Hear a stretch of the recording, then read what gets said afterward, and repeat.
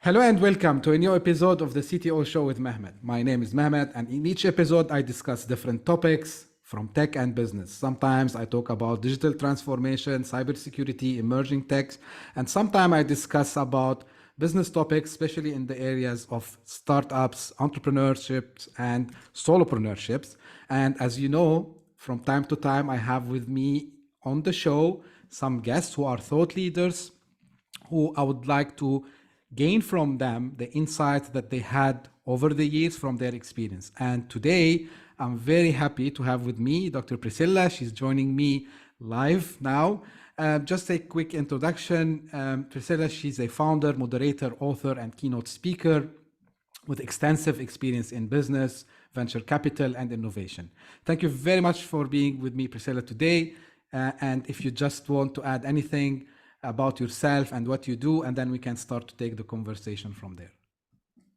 Thank you a lot, Mehmet, for having me. Yeah, I'm Priscilla. I'm Swiss German, and I'm the founder and CEO of my startup NetworkX. And I'm something what you call female solopreneur. And I'm more than happy to share my experience and my learnings that I had so far. And yeah, thanks for having me, Mehmet. Most welcome.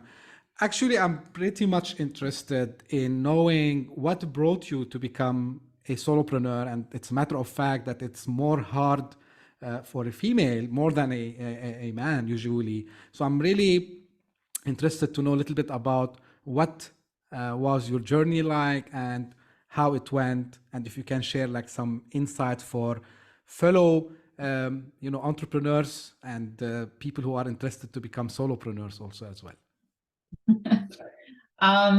Yeah, I would say it that way. Like there are a lot of parallels between dating and entrepreneurship, in the way that most people that are single did not intend to be single, but would be happy to be with someone that's suitable.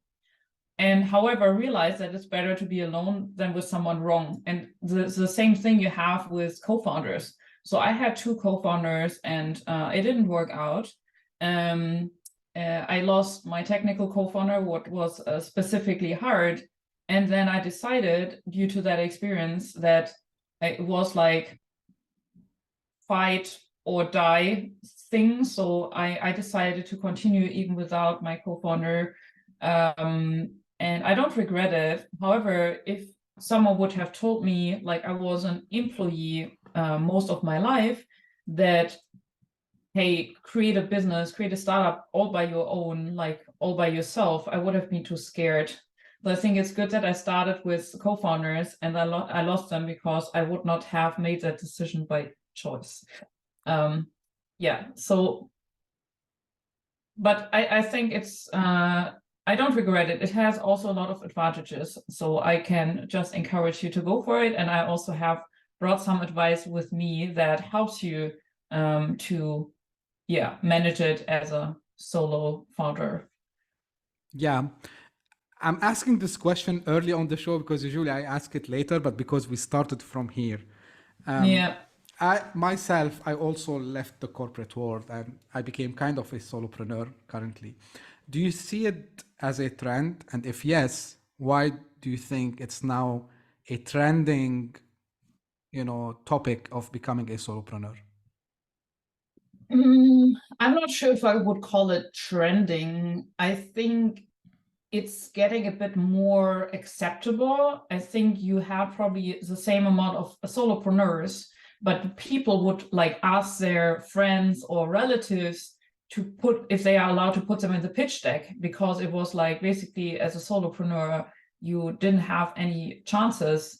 And nowadays, I mean, it's still that a lot of investors, most investors are not investing in solopreneurs, which kind of is discriminating. And the reason for that is that obviously as a solopreneur, like everything, at least from an objective point of view, lies on your shoulders. And there's a lot of pressure, even more pressure on a solopreneur, and there's no backup. So VCs are scared of that person getting hit by a car, getting sick, especially getting a burnout, and then the business falling apart. And but I think it's getting better. So at least there are more and more angels. Also, I think some VCs that are investing in solopreneurs. So I think people are more open about being a solopreneur. Not necessarily that there are more of them. I think it's just they are being honest about that. So Yeah, I get your point. Now, you mentioned something fundamental about, getting investors and so on. Now, when I was looking at your profile and the work you did, it seems you did a lot of efforts when it came to networking. Can you share a little bit more about how this part is important to build the network, even sometimes personally, I would say before you start, how you can, I mean, enlighten this part. yeah, I think you mentioned a really important point. So a network is not something that you can switch on and off like a light. It's something that you build.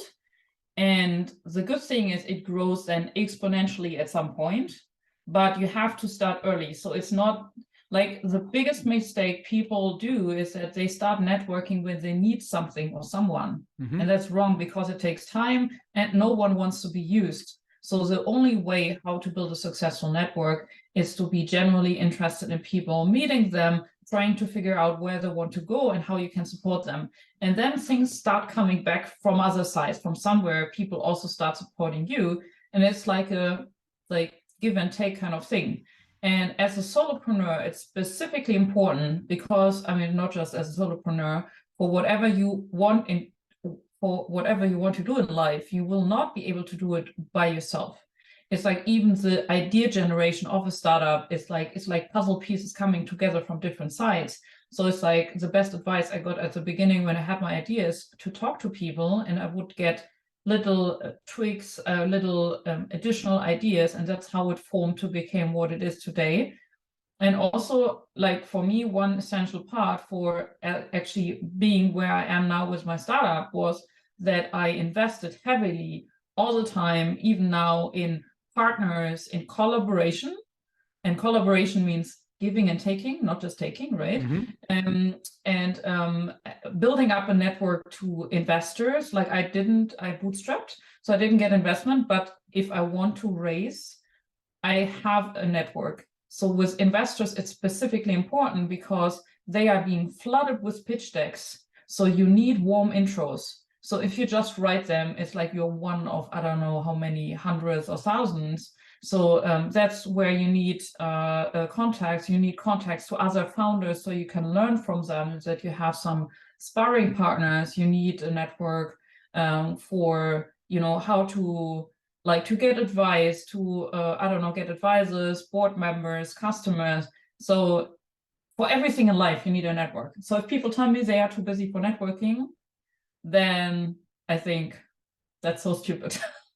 But yeah, I have to agree with you because when I was younger, I did this mistake and I was thinking, like with all the ideas I have in my mind, with all, the tech that I can come up with, I don't need network, but no, yeah, I agree with you. This is 100%. What changed that, Mehmet, for you? Like, did you have like one incident where you thought, okay, that opened your eyes, or? That's good that you are now asking me the question, and thank you for asking me this.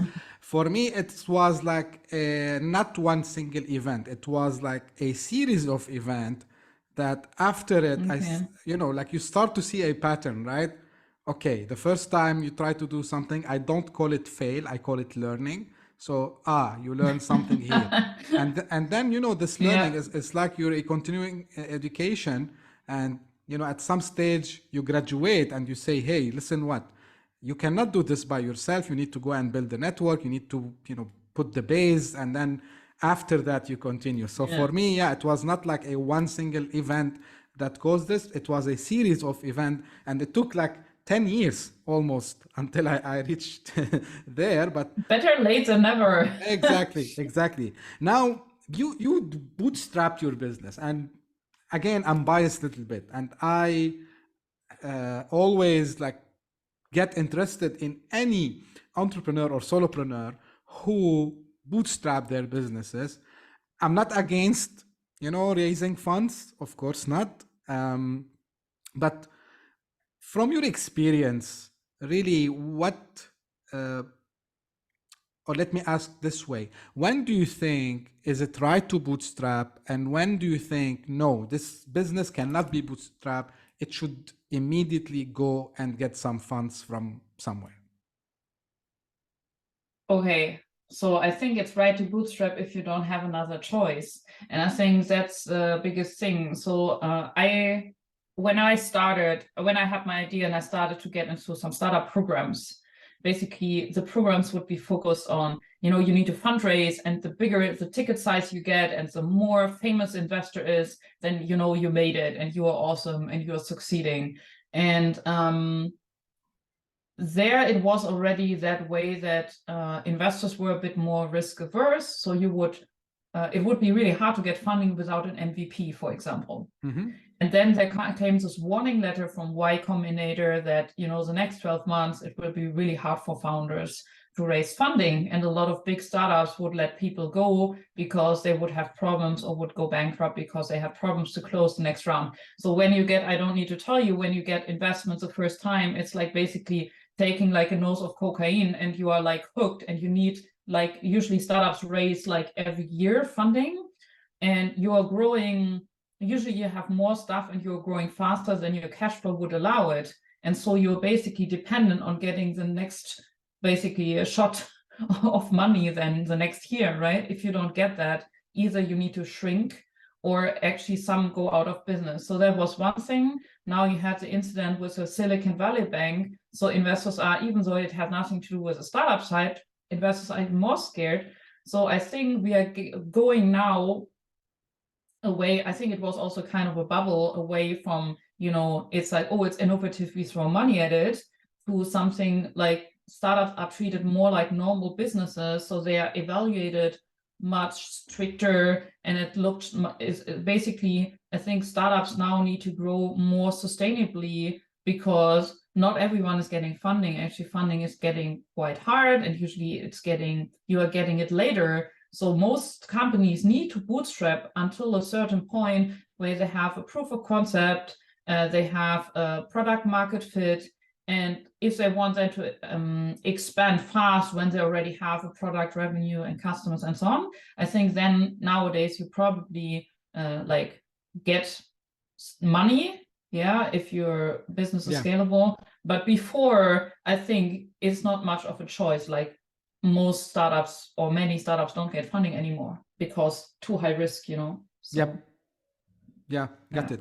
But now you do also, you do like venture capital work as well, right? Am I correct? I did in the past by chance, Yeah, so even if it was like maybe short, but from your experience working there, right? So how this influenced, your way of adopting new trends, technologies, and business model? Like how this changed your, I would say, perspective to these areas? I think it's changed it in the way that I know what VCs are looking for, which is helpful. So basically, if you know what they're looking for, I think it's always an option. In ideal, you always have it as an option that you can take investment or you can sell your company. So it's like I'm trying to set it up in the way, like I'm not there yet, but that's not entirely dependent on me, for example. I set it up in the way that it's scalable.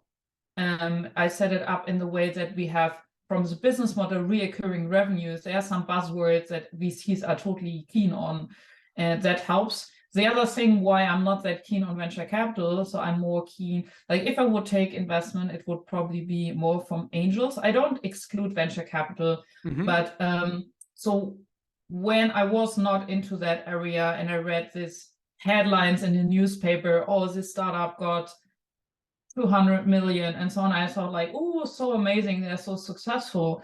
But when you're in venture capital, and if you have some honest words with VCs, they will tell you, get venture capital as late as possible because your conditions are better, so you give away less from your company and get basically more money, or avoid it because you're probably aware like of the cliff investing phase.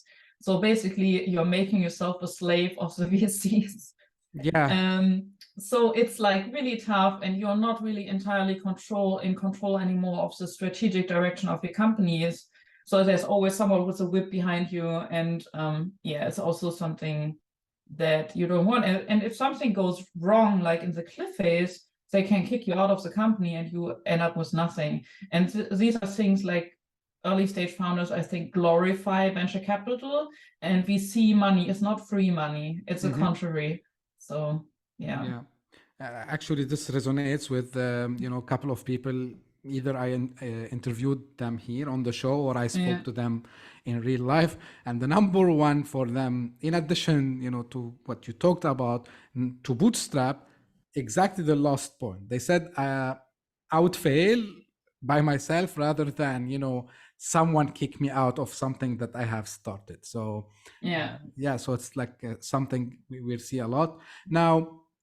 Really what I'm enjoying is that you have this holistic, I would say, experience. So now I'm gonna shift gears about something you did also. So you have experience in advising board, risk and crisis management, strategy, innovation. So from your experience, and I'm asking this question again because people who are gonna watch and listen to this episode, I'm sure that they will benefit if they are about to start a business or have a new startup. So what do you think are the most critical factors, right, for businesses to remain competitive? Especially, we've seen changes coming really fast nowadays. Like you can have one thing that comes today, it disrupts the market completely.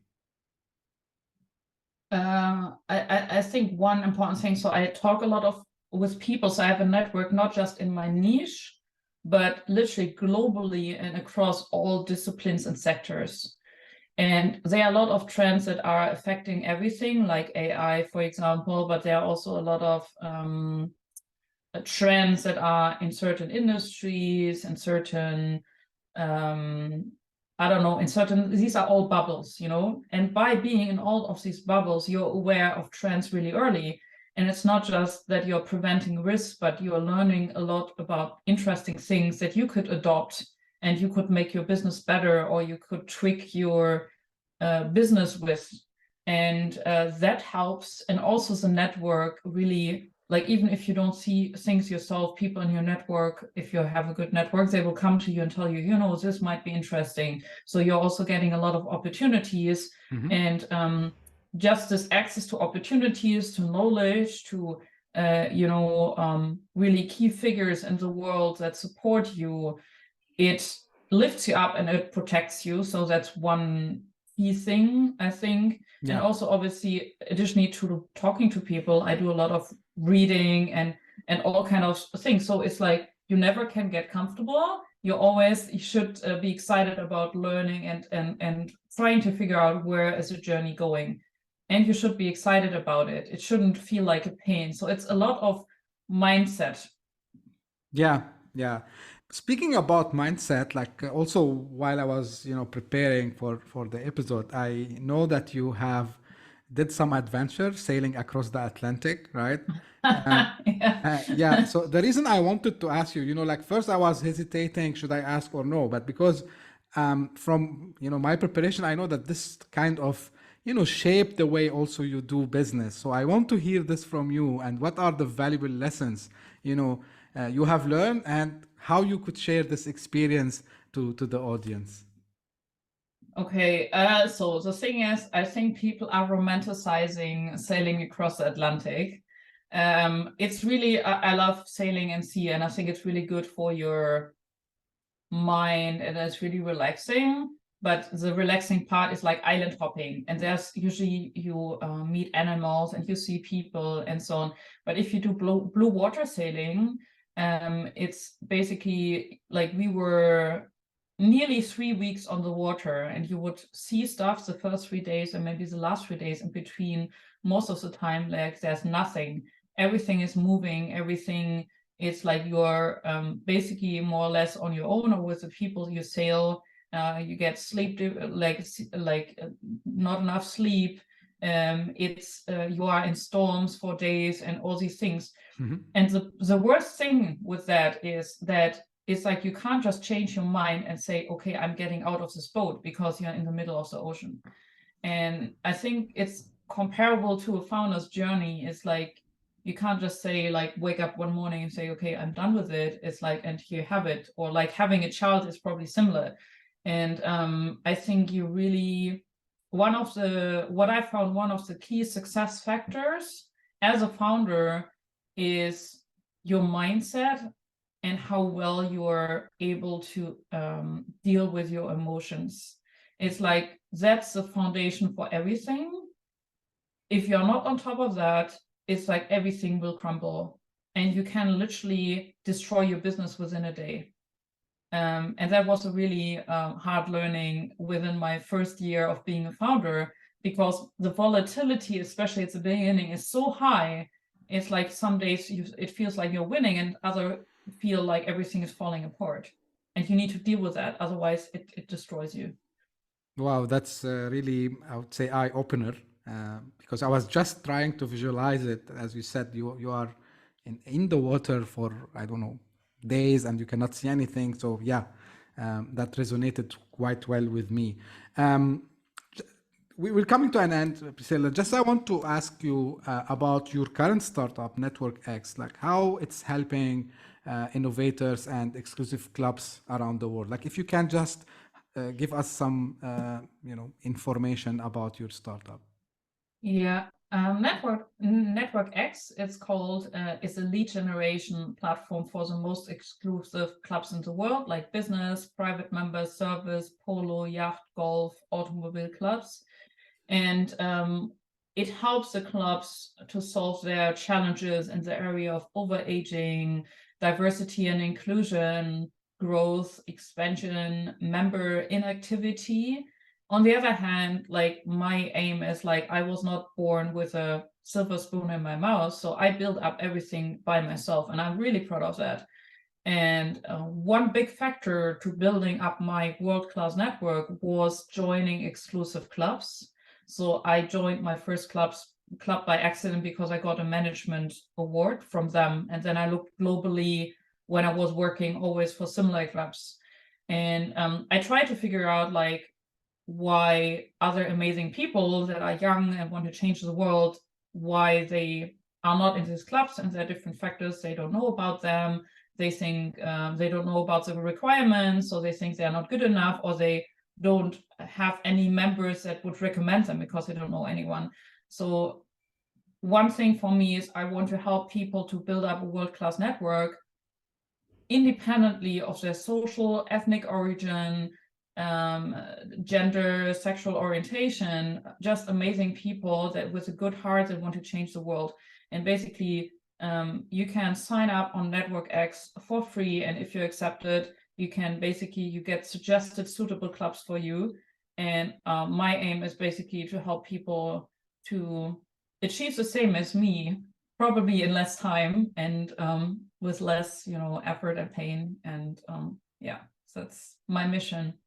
That's great to hear that, Priscilla. Like I'm always fascinated by any startup founder, solopreneur, whatever. Sometimes now we see also like new namings like indie hackers, nomads, Okay. whatever you want to call them. But these people like who are trying, like yourself, trying to leave the world, as we say, a better place than when we found it.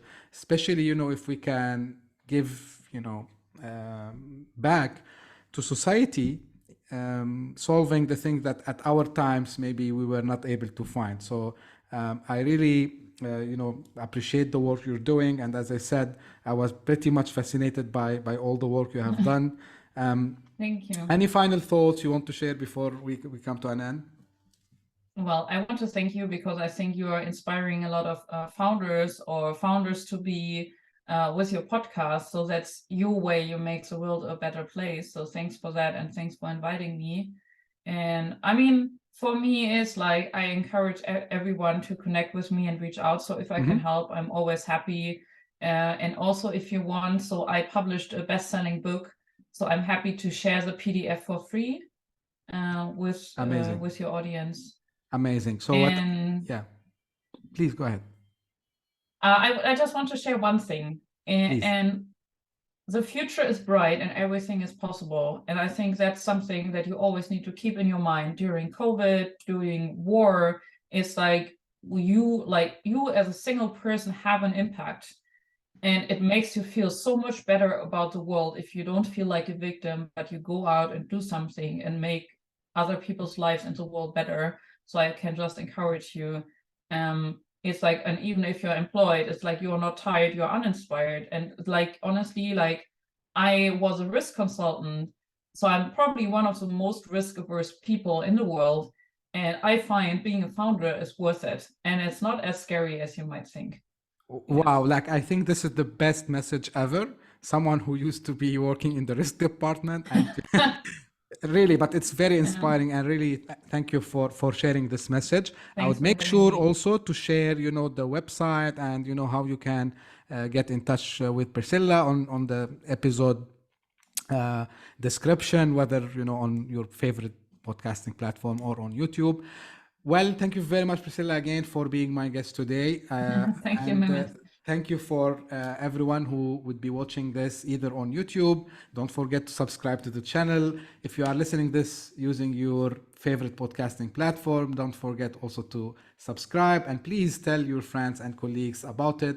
And I hope, as usual, that you enjoyed the content today. And if you have any feedback, any questions around this episode or the show in general, please don't hesitate to get in touch with me directly, either by email, Twitter, or LinkedIn. Also, if you would like to come on the show and discuss any topic related, I would be more than happy also to have you with me here. And as usual, I will leave you and we will meet again in the next episode. Thank you very much. Bye bye.